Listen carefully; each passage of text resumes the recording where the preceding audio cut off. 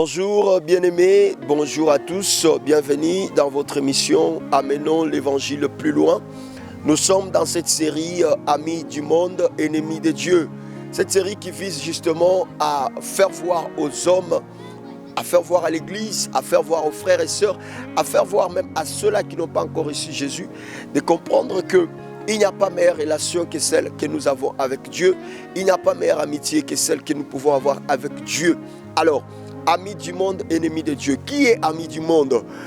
Aujourd'hui, nous vous disons, est ami du monde toute personne qui dépend absolument du monde et non de Dieu.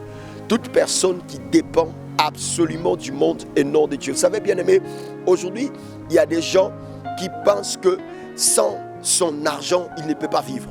Qui pensent que sans son pouvoir, il ne peut pas vivre. Sans cette portion d'autorité qu'il a, il ne peut pas vivre. Sans telle ou telle autre personne, il ne peut pas vivre. Je viens vous dire, bien-aimés, vous vous trompez. La vie doit dépendre de Dieu et non du monde. La vie doit dépendre de Dieu et non de tout ce que tu as. Aujourd'hui, beaucoup de gens sont attachés plus à leur bien qu'à Dieu. Lorsque vous lisez, je vais faire avec vous une lecture qui semblerait un peu être longue, mais qui est plus importante. Romains chapitre 8, 35 à 39. Écoutez ce que dit la Bible. Qui nous séparera de l'amour de Christ? Serait-ce la tribulation ou l'angoisse, ou la persécution, ou la faim, ou la nudité, ou le péril, ou l'épée? Selon ce qu'il est écrit, c'est à cause de toi que qu'on nous met à mort tous les jours, qu'on nous regarde comme des brebis destinées à la boucherie.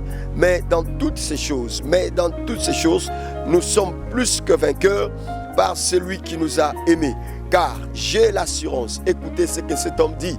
Il dit, j'ai l'assurance que ni la mort, ni la vie, ni les anges, ni les choses présentes, ni les choses à venir, ni la domination, ni la puissance, ni les hauteurs, ni les profondeurs, ni aucune créature ne pourra nous séparer de l'amour de Dieu manifesté en Jésus-Christ notre Seigneur. Alors, vous écoutez que l'apôtre Paul parlant aux Romains, il leur montre que il n'y a rien qui peut nous séparer de l'amour que nous avons avec Dieu.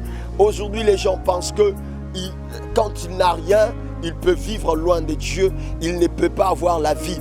D'ailleurs, ce qui pousse aujourd'hui à beaucoup de gens d'aller dans des loges, à beaucoup de gens d'adhérer à des mouvements mystico-religieux, d'adhérer à des fétiches, d'adhérer à toutes ces choses, c'est parce que les gens pensent que la vie est dans les biens. Non, bien-aimé, la vie n'est pas dans les biens, la vie n'est pas dans les richesses, la vie n'est pas dans les gloires, la vie n'est pas dans tout ce qu'on peut avoir de meilleur, la vie n'est pas dans toutes ces choses, la vie est au contraire dans la relation que nous avons avec Dieu. La vie est dans l'amour que nous avons reçu de Dieu par le Seigneur Jésus-Christ.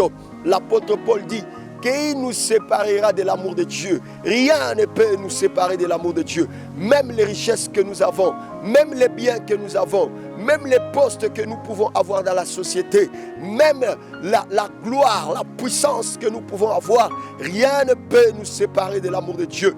Il y a des gens qui se sont accrochés à toutes ces choses et qui se sont éloignés de Dieu. Aujourd'hui, il y a même des serviteurs de Dieu qui vivent pour leur ministère. Ils ne vivent pas pour Dieu, mais ils vivent pour leur ministère. Tout ce qu'ils font, ils le font pour leur ministère. Aujourd'hui, je viens dire à quelqu'un, l'amour de Dieu est la chose la plus importante que nous avons reçue. Car c'est cet amour qui a fait que Jésus-Christ puisse quitter le ciel et qu'il puisse venir et qu'il puisse mourir à la croix. Bien-aimé dans le Seigneur, mon frère, ma soeur, toi qui me suis, qui n'as pas encore reçu Jésus, je viens t'apporter Jésus. Jésus est le symbole de l'amour de Dieu. Jésus est l'image de l'amour de Dieu. Jésus est le reflet de l'amour de Dieu. Si tu n'as pas Jésus, tu es mort. Tu peux avoir toutes les richesses du monde, mais si tu n'as pas Jésus, tu es mort. Si tu n'as pas Jésus, tu es ennemi de Dieu. Alors je viens te présenter Jésus. Reçois Jésus dans ta vie afin que tu vives. Reçois Jésus dans ta vie afin que tu sois ami de Dieu. Reçois Jésus dans ta vie afin que tu sois amoureux de Dieu. Alors que tous les amoureux de Dieu les reçoivent. C'était votre émission. Amenons l'évangile plus loin dans cette série ami du monde, ennemi de Dieu?